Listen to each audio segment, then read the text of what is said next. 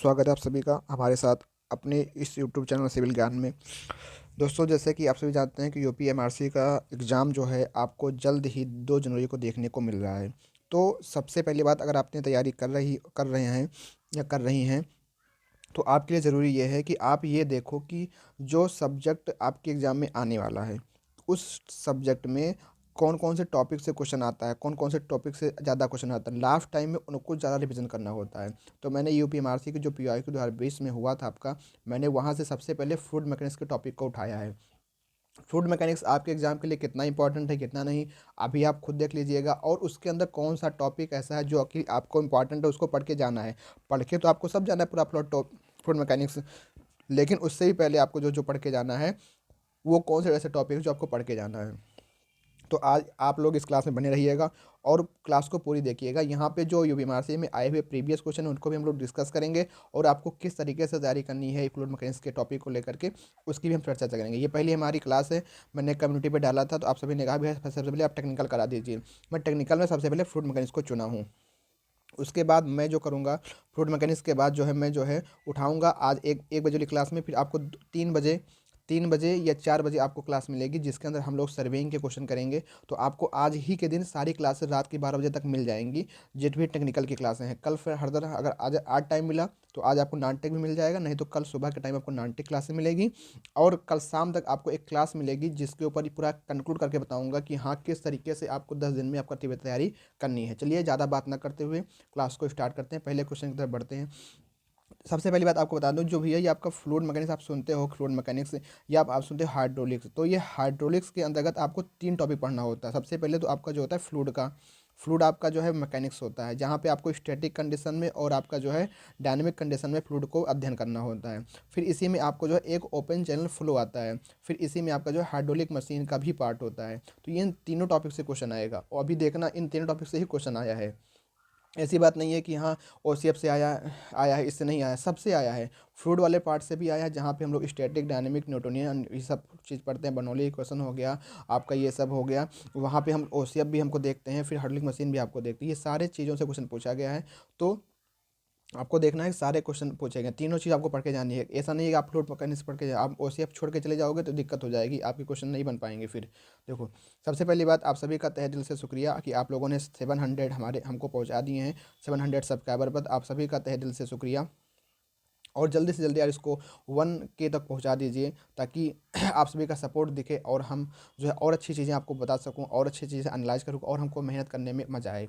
तो मेहनत करने में मज़ा तभी आता है जब उसका कुछ एफर्ट देखने को मिलता है। जैसे आप लोग तैयारी कर रहे हो, अगर तैयारी करते करते इतनी तैयारी कर रहे हो, अगर सिलेक्शन ना हो तो क्या क्या आपको अच्छा लगेगा? उसी प्रकार से अगर हम आपके लिए मेहनत कर रहे हैं, तो आप थोड़ा लोग सपोर्ट करिए, लोगों के पास इसको शेयर करिए, और जितने आपके दोस्त उन्हें सब्सक्राइब करवाइए, तो थोड़ा और हमको मोटिवेशन मिलेगा। तो चलो हम क्लास को स्टार्ट करते हैं, पहले क्वेश्चन की तरफ बढ़ते हैं।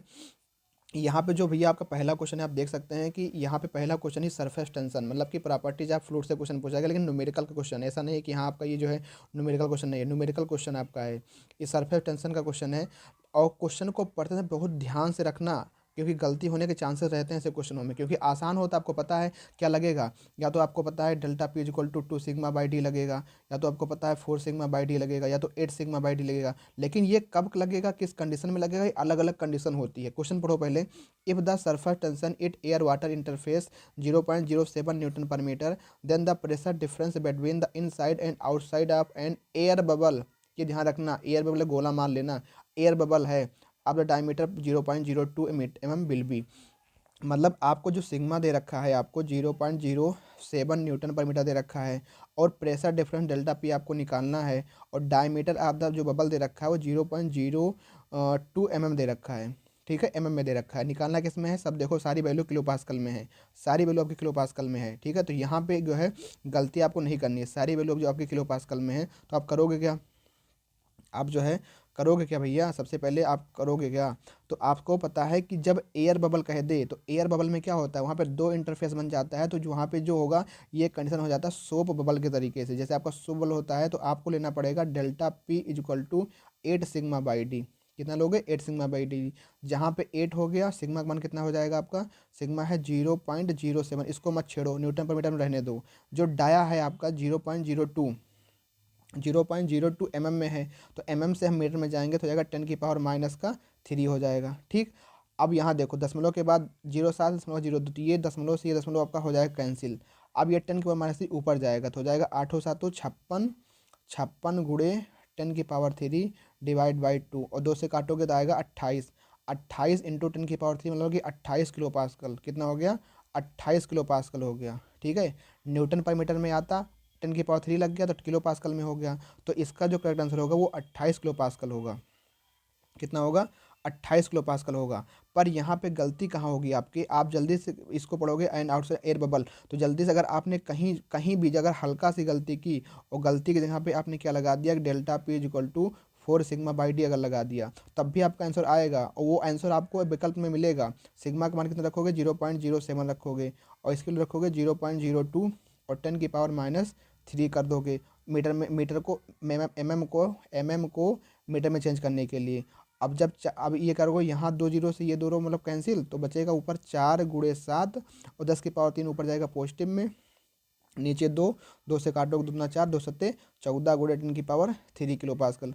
आप कहोगे भैया 14, 14, हाँ यार 14 बिल्कुल, देखो मैंने लगा दिया। आप बहुत खुश हो जाओगे, 14 लगा के आओगे, पर जब घर पहुंचोगे आपका पड़ोसी आपसे पूछेगा या आपका दोस्त कुमार गौरव की स्टाइल में आपसे पड़े पूछेगा कितना आंसर आया, आप कहोगे बहुत आसान से 14 लगाए, कहेगा अरे बेवकूफ़ देखो एयर बबल था। एयर बबल कितना होता है? 8σ/d होता है, तो इसका 28 किलो पास्कल आएगा। ठीक है भैया, तो ये गलती आप मत करना।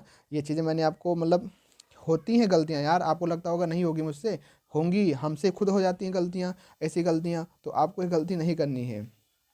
ठीक है, तो ऐसे क्वेश्चनों को आपको ध्यान से पढ़ना है। तो आपने देखा कि किस तरीके आपको अब क्या करना होगा।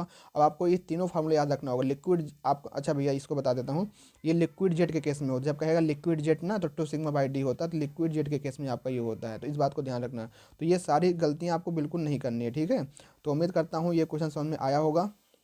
और ये आपका PYQ है जो कि UPMRC में 2020 में आया था। 2020 के अंदर ये आपका क्वेश्चन आया है। 2020 में आपका जो आया था, जो कि आपका 20 जनवरी को वो पेपर हुआ था। देखो जनवरी में भी हो रहा है पेपर। ठीक है, तो आपको इस तरीके से करना है। बढ़ते हैं अगले क्वेश्चन की तरफ। अगला क्वेश्चन जो आपका है वो तो मतलब न्यूमेरिकल नहीं है, सिंपल क्वेश्चन है। यूनिट ऑफ विस्कोसिटी पूछा है। मतलब आपने देखा कि प्रॉपर्टीज़ ही अगर आप पढ़ के जाते हो अच्छे से, तो वहाँ से आपको दो दो क्वेश्चन तो अभी देखने को मिल गए। प्रॉपर्टीज़ मतलब विस्कोसिटी हो गया, स्पेसिफिक ग्रेविटी हो गया, काइनेमेटिक विस्कोसिटी हो गया, आपका डेंसिटी हो गया। तो ये प्रॉपर्टीज़ ऑफ फ्लूइड आपके लिए इंपॉर्टेंट है, आप पढ़ के ज़रूर जाइएगा।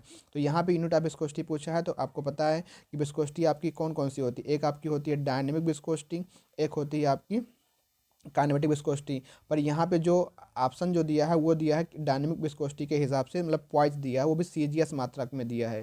तो सीजीएस मात्रक में क्या होता है? पॉइज होता है। यही डायनेमिक विस्कोसिटी का जो है आपका जो होती है, इसका एक मात्रक क्या होता है? न्यूटन सेकंड पर मीटर स्क्वायर भी होता है, जिसको हम लोग पास्कल सेकंड भी कहते हैं। ये किस में होता है? आपका एसआई मात्रक में होता है। और यही काइनेमेटिक का क्या होता है? आपका मीटर स्क्वायर पर सेकंड होता है, जो कि न्यू = क्या होता है? μ/ρ होता है। तो आप लोग जो है प्रॉपर्टीज ऑफ फ्लूइड बिल्कुल पढ़ के जाइएगा। अगला क्वेश्चन आपका है, यहाँ पे थोड़ा विस्कोसिटी के बारे में पर चर्चा की गई है कि विस्कोसिटी क्या होता है। तो यहाँ पे थोड़ा देख लेते हैं विस्कोसिटी कि viscosity can be defined as the measure of the fluid resistance to deformation at a given flow caused by friction within a fluid। क्या है कि आपका result of intermolecular forces between the particle. ये चीज़ आप जानते ही हो, कोई दिक्कत नहीं है। यहाँ पे थोड़ा देख लेना कि जो डायनेमिक विस्कोसिटी आपकी होती है, इसको हम लोग म्यू से रिप्रेजेंट करते हैं। इसकी एसआई यूनिट क्या होती है? न्यूटन सेकंड पर मीटर स्क्वायर में होती है। सीजीएस में इसका यूनिट होता है पॉइज, और एक पॉइज जो आपका होता है वो आपका 1/10 पास्कल सेकंड के बराबर होता है। कहीं कहीं 0.1 पास्कल सेकंड देखने को मिलता है, ये आपका लिखा हुआ है। ठीक है, फिर आपका है काइनेमेटिक विस्कोसिटी, जिसको हम न्यू से रिप्रेजेंट करते हैं। न्यू, ये न्यू होता है, न्यू कहते हैं, म्यू कहते हैं। एसआई यूनिट इसकी मीटर स्क्वायर पर सेकंड में होती है। सीजीएस में इसी को कहते हैं स्टोक, और सीजीएस में ना जो सेंटीमीटर स्क्वायर पर सेकंड होता है, इसी को ही स्टोक कहते हैं। और जब आपसे कभी कभी क्वेश्चन पूछता है एक स्टोक कितना बराबर होता है, तो एक स्टोक जो होता है वो सेंटीमीटर स्क्वायर पर सेकंड के बराबर तो होता है, लेकिन 1 सेंटीमीटर बराबर होता है 10⁻², लेकिन स्क्वायर लगा है 10⁻4 हो जाता है। तो ये ऑप्शन आता है, तो इसको भी ध्यान रखना है। अगला क्वेश्चन की तरफ बढ़ते हैं। अगला क्वेश्चन आपका प्रेशर के मेजरमेंट से पूछा गया है कि इनमें से कौन सा एक इनकरेक्ट है। अबाउट पीजोमीटर के बारे में बताना है। मतलब अगर आप पीजोमीटर के बारे में पढ़े होंगे तो आप बता पाएंगे कि पीजोमीटर का यूज कहाँ पे होता है। तो ये ध्यान रखना, यहाँ पे इनकरेक्ट पूछा है। आप लोग क्या करोगे? करेक्ट पढ़ लोगे, it is simple form of manometer, अलग है चले जाओगे। नहीं, it is simple form manometer बिल्कुल सही बात है। इसमें क्या होता है? एक आपका एक पोर्ट होता है, उसमें क्या किया जाता है कि यहाँ पे एक ऐसे लिम्ब ला करके लगा दी जाती है, यहाँ पे ड्यू टू एटमॉस्फेरिक प्रेशर आपका प्रेशर यहाँ पे चढ़ जाता है, तो उसको हम लोग एच हाइट नाप लेते हैं और प्रेशर हम लोग कैलकुलेट कर लेते हैं। तो पीजोमीटर सिंपल प्रकार का होता है। It can be use major the positive gas pressure of liquid. हाँ बिल्कुल, ये पॉजिटिव गैस प्रेशर को ही नापने का काम करता है। It is use to measure gas pressure, नहीं भैया, गैस के प्रेशर को नहीं नाप पाता आपका जो पीजोमीटर होता है, simple piezometer. It can be use to measure pressure moving of liquid, हाँ बिल्कुल सही बात है। तो यहाँ पर जो करेक्ट आंसर आपका होगा वो आपका ऑप्शन नंबर सी आपका हो जाएगा राइट आंसर, क्योंकि इसमें इनकरेक्ट पूछा है तब। तो आपको प्रेशर मेजरमेंट भी पढ़ के जाना होगा। अगला क्वेश्चन यहाँ पे है, थोड़ा बहुत जानकारी हम लोग ले लेते हैं कि प्रेशर मेजरमेंट से क्या होता है। तो जो आपका पीजोमीटर होता है वो सिंपल तरीके से होता है। It can be used when large pressure in, it can not be use. और भी ध्यान रखना कि जो आपका पीजोमीटर होता है वो कभी भी लार्ज प्रेशर में यूज नहीं किया सकता। In the lighter liquid are to be measured. Piezometer is use to measure pressure in the pipe channel etcetera at a point. It can be use to measure the positive gas pressure. ध्यान रखना कि जो आपका piezometer होता है वो positive gas pressure को ही आपको मेजर करता है। फिर है it can be use to measure medium और लो का pressure only. It can not measure the pressure difference between 2 point. दो बिंदुओं के बीच में कितना प्रेशर डिफरेंस होता है उसको भी आपका मेजर नहीं कर पाता, उसके लिए हम लोग डिफरेंशियल मैनोमीटर का यूज करते हैं। It can be use to measure pressure of moving liquid. अगर कोई मूविंग लिक्विड है उसको भी आप मेजर कर सकता है, पर यह गैस के प्रेशर को नहीं मेजर कर सकता, और हाई प्रेशर को नहीं मेजर कर सकता है, और ना ही प्रेशर डिफरेंस को बता पाता है। तो इस बात को आपको ध्यान रखना है। अगले क्वेश्चन की तरफ बढ़ते हैं। अगला क्वेश्चन है, शायद ये क्वेश्चन 2 बार आ चुका है, सिंपल फार्म मैनोमीटर। ठीक है, आगे बढ़ते हैं। हाँ, एक क्वेश्चन देखो इस तरीके से आया। अब अगर आपको ऐसे क्वेश्चन की प्रैक्टिस नहीं होगी तो आप क्या करोगे, एग्जाम हॉल में तो बिल्कुल छोड़ के चले आओगे, चलोगे ना। तो इसमें देखो, इसमें क्या होता है, बहुत ही आसान क्वेश्चन होता है। थोड़ा एक कंसेप्ट क्या छुपा होता है इसके अंदर पीछे, कि जहाँ हम प्रेशर को मेजर करते हैं, जैसे यहाँ पे हमारा ऑयल है, तो ऑयल ऑयल का जो प्रेशर है यहाँ पे आपका सेम रहेगा। लेकिन जैसे जैसे हम लोग क्या कहते हैं, ये इसको हम लोग लिम्ब कहते हैं, क्या कहते हैं, लिम्ब कहते हैं। तो इस लिम्ब में यहाँ तक देखोगे आप ना, यहाँ तक मेरा रेड पेन चल रही है, यहाँ तक आपको ऑयल भरा है, और इधर से जब प्रेशर लग रहा है तो मरकरी का जो ये देखो, आगे जो मरकरी का लेवल है, मरकरी का जो ये लेवल है, मरकरी का लेवल है यहाँ तक आपका राइज किया है। तो अब ऑयल के द्वारा जो प्रेशर लग रहा है मर इधर जो है इस लिम्ब के ऊपर, यहाँ पे ये अप हो रहा है। तो आप इसको समझिए कि ये मरकरी यहाँ तक भरी है, यहाँ से मरकरी है, और यहाँ से आपका ऑयल भरा हुआ है। तो इसमें क्वेश्चन क्या पूछता है, कभी क्वेश्चन पूछेगा कि आपका जो है मरकरी का मान लो पता होता है 13.6 आपका स्पेसिफिक ग्रेविटी होती है। ऑयल की स्पेसिफिक ग्रेविटी आपको दे ही रखी हो, क्वेश्चन पढ़ लो। The figure below show a manometer connected to a pipeline. Pressure पूछता है कि यहाँ पे कितना प्रेशर जनरेट हो रहा है, मतलब कितना प्रेशर लग रहा है जिसकी वजह से ये चीज़ें हो रही हैं आपकी। मतलब क्वेश्चन क्या पूछता है यहाँ पे, कि ये कितना प्रेशर आपका जो है जनरेट हो रहा है जिसकी वजह से जो आपका ये चीज़ें हो रही हैं, जो आपका चीज़ें हो रही हैं, जो आपका ये चीज़ें हो रही हैं, जो प्रेशर यहाँ पे ऑयल द्वारा लगाया जा रहा है, कितना प्रेशर यहाँ पे जो है अप्लाई किया जा रहा है प्रेशर ए पे, जाकि ये जो है कंडीशन हो रही है कि मरकरी का लेवल यहाँ आपका 0.25 मीटर ऊपर चढ़ रहा है। क्वेश्चन पढ़ लेते हैं पहले, क्वेश्चन क्या पूछा है। क्वेश्चन आपका पूछा है कि जो फिगर दिखाई गई है नीचे, जो फिगर आपको शो की गई है, इस मैनोमीटर कनेक्टेड, एक मैनोमीटर कनेक्टेड है pipeline containing oil of specific gravity. आपको थोड़ा अभी समझने में टाइम लग रहा होगा यार, जानते हो बहुत आसान क्वेश्चन होता है, ऐसे क्वेश्चन को छोड़ के नहीं आना, क्योंकि ऐसे क्वेश्चन में देखने में तो टफ लगता है, पर अगर एक बार आप किए रहोगे ना, वहाँ पे अप्लाई करने में बहुत आसान होता है। लेकिन जब आप किए ही नहीं रहोगे, ऐसे क्वेश्चन को अभी यहीं छोड़ दोगे, तो दिक्कत आपको आगे सामने देखने मिलेगी। तो कह रहा है कि जो पाइपलाइन है उसमें जो है ऑयल ऑफ स्पेसिफिक ग्रेविटी है जिसका 0.8 है। If the specific gravity of mercury 13.6, the pressure of oil in term of the height of water will be, क्या होगा। सबसे पहले ये क्वेश्चन कह रहा है कि सबसे पहले तो आप ये जान लो कि इस वाले, मतलब ये एक पाइप है, इस पाइपलाइन में जैसे ये देखो ना, आपको ये सामने से क्या दिखता है, ये सामने से आपको भैया ना इतना ही दिखता है, जहाँ पे ए लिखा, जहाँ पे आपको इतना ए दिखता है। लेकिन ये पीछे से पाइप होती है, ये क्या होती है, पाइप होती है, इसमें से ऐसे ऑयल ऐसे फ्लो किया रहता है। बगल में यहाँ पे जो है आपको एक ऐसे पीजोमीटर लगा दिया जाता है, और फिर इसके द्वारा जो इसमें फ्लोइंग वाला ये फ्लोइंग जो ऑयल होता है, ये इसमें क्या करता है, मरकरी यहाँ भरी जाती है, मरकरी के लेवल को ऊपर चढ़ा देती है। अब ये मरकरी का लेवल जो ऊपर चढ़ा है ना, यही ही आपका प्रेशर, मतलब ये जो प्रेशर यहाँ चढ़ गया ना, यही यही बताता है कि हाँ भाई, कि इसमें जो प्रेशर हो रहा है ऑयल का वो ज़्यादा है, और मरकरी लेवल को ऊपर चढ़ा दिया है। तो ये हमको देखने में ए दिखता है, लेकिन ये पाइप होती है, पाइप ऐसे पीछे तक होती है, इसमें मैनोमीटर लगा दिया जाता है, तो इसमें जो डिफरेंस दिखा देता है। तो इस बात को आपको समझना होता है। इसमें देखो आप क्या करोगे, इस क्वेश्चन में क्या करना है, तो कुछ नहीं, सिंपल जहाँ ये कहे ए पर, तो ए पे आपको निकालना है। सबसे पहले ए पे आप प्रेशर निकालो, तो क्या लिखते हो, तो यहाँ लिखा जाएगा ऐसे कि पी ए आपने लिख दिया, तो यहाँ तक आपने लिख दिया। लेकिन जैसे ही आप यहाँ से यहाँ तक जाओगे, 0.75 मीटर के लिए आप प्रेशर लिखोगे, तो प्रेशर आपको पता है पी इक्वल टू क्या होता है, रो होता है इंटू जी होता है इंटू एच होता है। तो हाइट आप किस में जा रहे हो, ऑयल वाले में जा रहे हो, तो हाइट आप ऑयल लोगे। तो जी तो सबके लिए सेम ही होता है, आपको पता ही है, ठीक है, कोई दिक्कत वाली बात नहीं है। लेकिन जो रो की वैल्यू होती है, यहाँ रो ऑफ ऑयल लोगे, क्योंकि ऑयल के लिम्ब में जा रहे हो, तो ऑयल का लिम्ब में अगर जा रहे हो तो ऑयल का रो लोगे। तो अब रो क्या होता है, रो इज इक्वल टू होता है आपका कि स्पेसिफिक ग्रेविटी इंटू 1000 होता है कि नहीं होता है। तो स्पेसिफिक ग्रेविटी इसकी ऑयल कितनी थी, 0.8 दी है, तो 1000 से गुणा करोगे तो ऑयल की जो आएगी स्पेसिफिक ग्रेविटी, ऑयल की जो डेंसिटी आएगी वो 800 किलोग्राम पर मीटर क्यूब आ जाएगी। कितनी आ जाएगी, 800 किलोग्राम पर मीटर क्यूब आ जाएगी। तो यहाँ पे मैं आपको समझा रहा हूँ, इसलिए आपको टाइम लग रहा है। आप ये नहीं करोगे वहाँ एग्जाम हाल में, आपको तुरंत पता होगा पी ए। उसके बाद जस्ट आफ्टर यहाँ जैसे ही आप देखो कोई एक सरफेस होता है, इस सरफेस से जैसे आप ऊपर की ओर जाओगे ना, प्रेशर में आपको निगेटिव दिखाना पड़ेगा, और जैसे आप नीचे जाओगे जो है प्रेशर आपको पॉजिटिव के साथ दिखाना पड़ेगा। मतलब क्या होता है, प्रेशर आपका बढ़ता जाएगा। यहाँ पे क्या होगा, माइनस माइनस करोगे, और रो मतलब क्या, रो ऑफ ऑयल, तो हो जाएगा रो ऑफ ऑयल 800 गुड़े।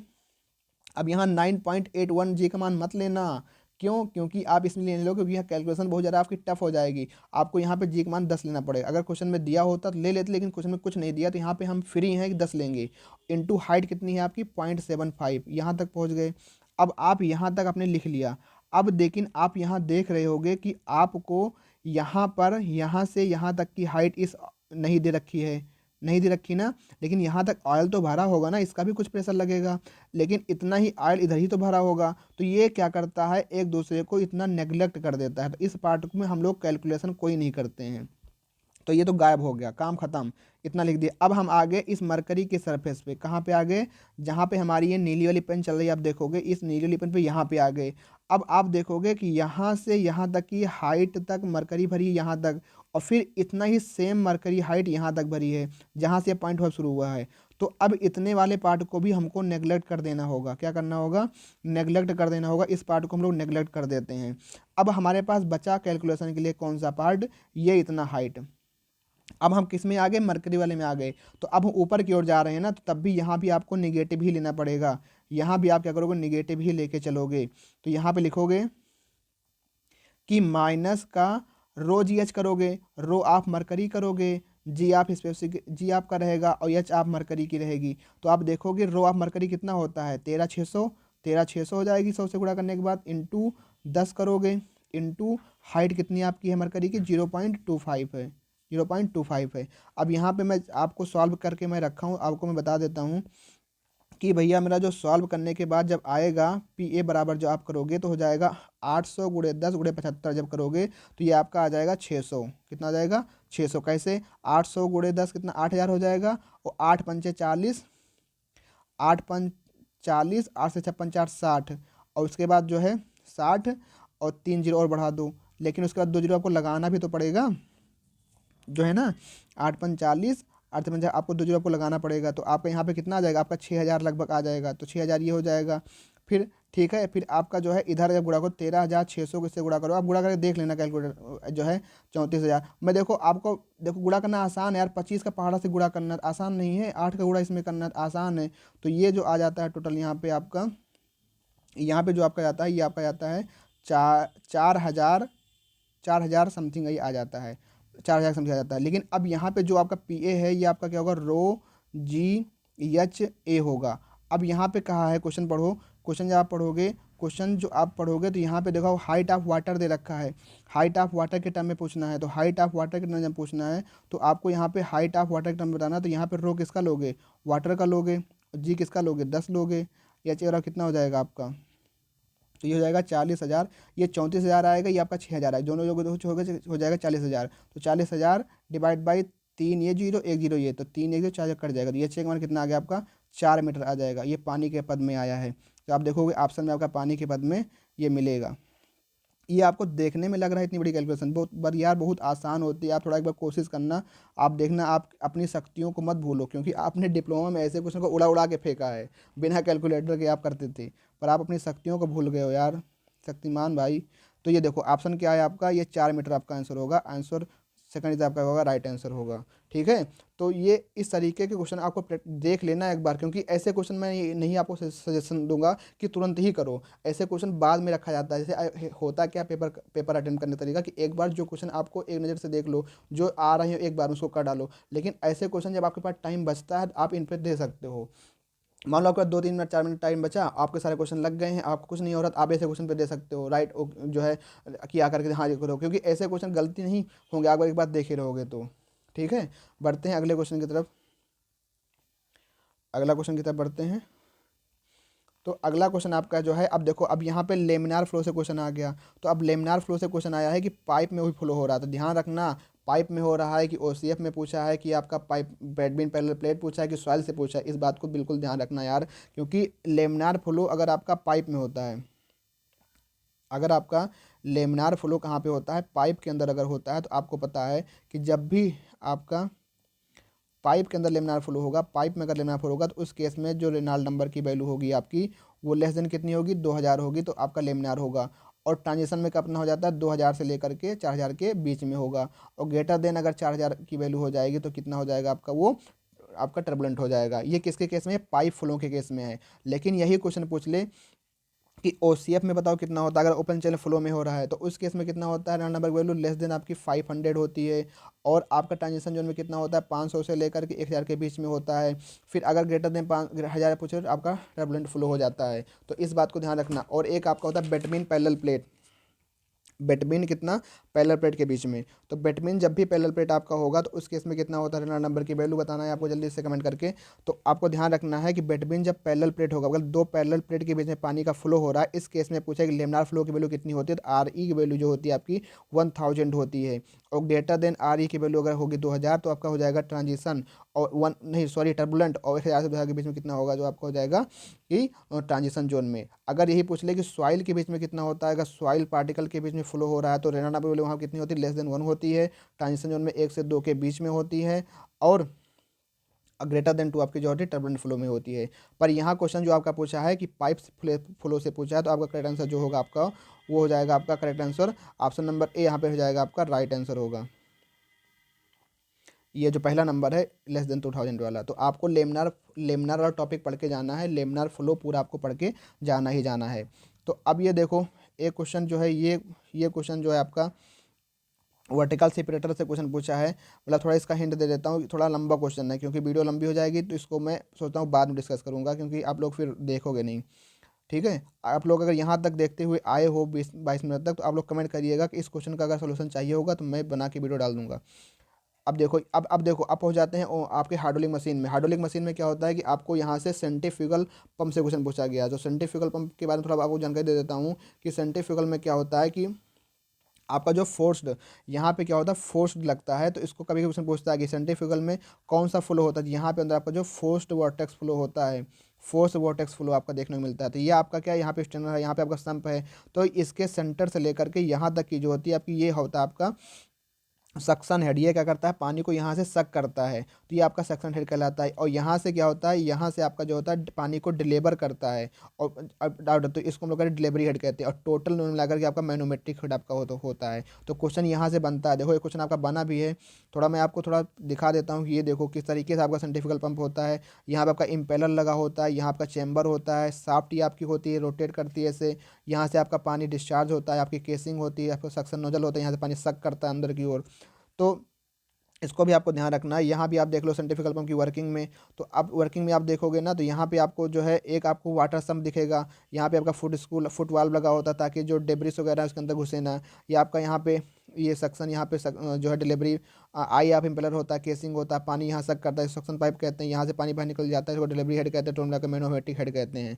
अब देखो क्वेश्चन यहाँ पे बना हुआ है, इसको क्वेश्चन आया हुआ है। क्वेश्चन क्या आया हुआ है कि vertical distance between the centre line of centrifugal pump. मतलब जो आपका सेंट्रीफ्यूगल पंप होता है, इसका सेंटर यहाँ पे होता है।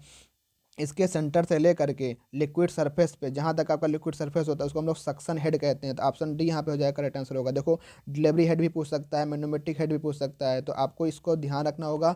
आप अगर LRMRC जेम एग्जाम देने जा रहे हो, तो आपको सेंट्रीफ्यूगल पंप पूरा अच्छे से पढ़ के जाना होगा।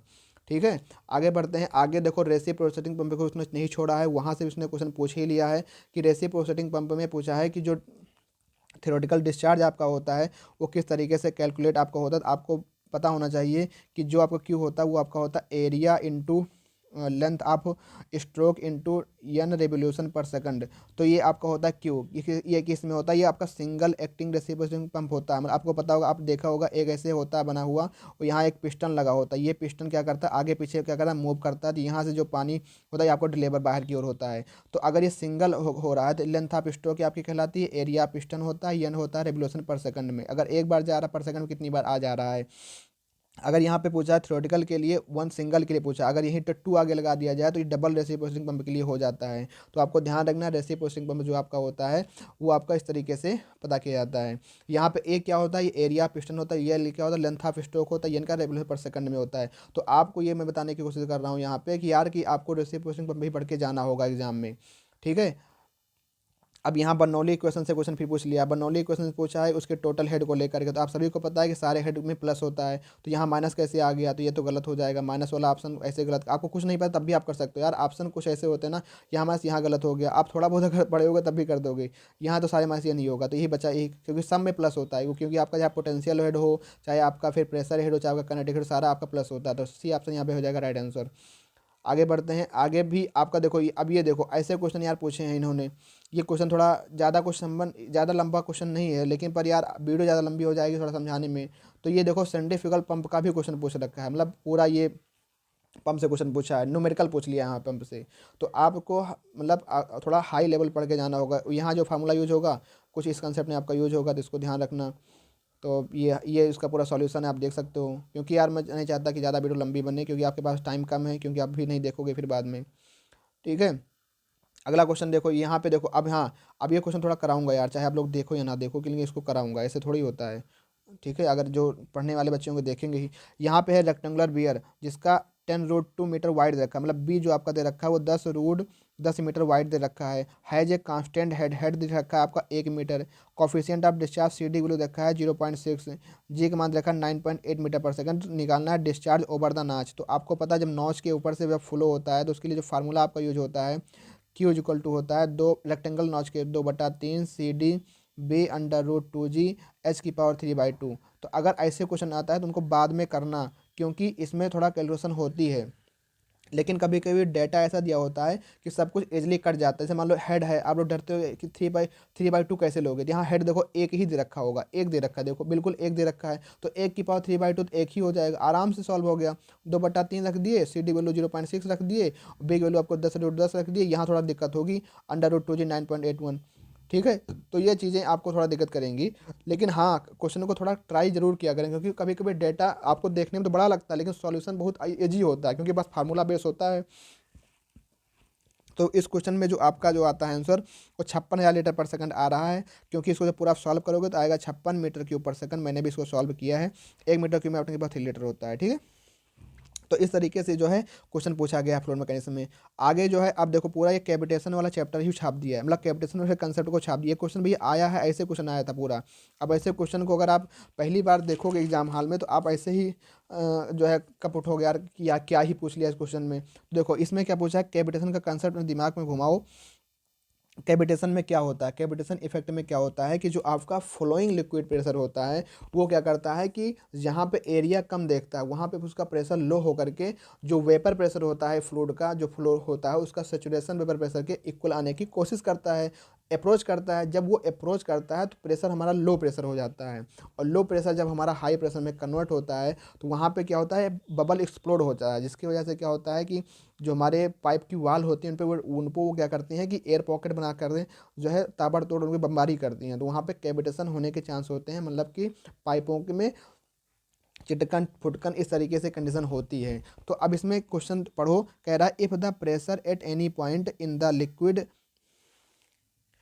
अप्रोच द तो if the pressure at any point, अगर प्रेशर किसी बिंदु पर लिक्विड का जो प्रेशर होता है अप्रोच करता है किसको, वेपर प्रेशर को अप्रोच करता है। अगर वेपर प्रेशर को अप्रोच करता है तो द लिक्विड स्टार्ट वेपराइजिंग। जाहिर सी बात है, अगर आपको नॉर्मली प्रेशर होता है एटमॉस्फेरिक प्रेशर आपका पानी रखो तो गैस को जलाओ तो कुछ देर के बाद वो वेपर प्रेशर में बनने लगता है, मतलब उसके ऊपर जो होता है बॉइलिंग कंडीशन होती है, बॉइलिंग बने बबल बनेंगे और वो जो है ऊपर की होने लगे, वाष्पीकरण होने लगेगा।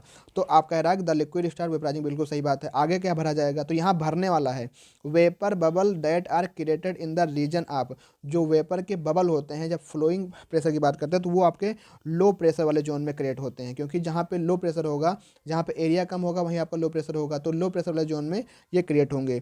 Are carried with the liquid to the region of high pressure, और ये लो से कहाँ जाएंगे, हाई की तरफ की एकदम मूव करेंगे। बबल एक्सप्लोड करेगा और collapse there is huge damage the wall of the conduit and also create air pocket को क्रिएट करेगा। The phenomena is known as cavitation. तो कैविटेशन की प्रोसेस आप लोग सभी जानते हो, तो कैविटेशन का क्वेश्चन पूछा गया था इस तरीके से, लेकिन पूछा गया था। आगे देखो ऑप्शन दिया होगा, ऑप्शन शायद नहीं है यार, ऑप्शन मैंने नहीं लिया क्योंकि लंबा क्वेश्चन था।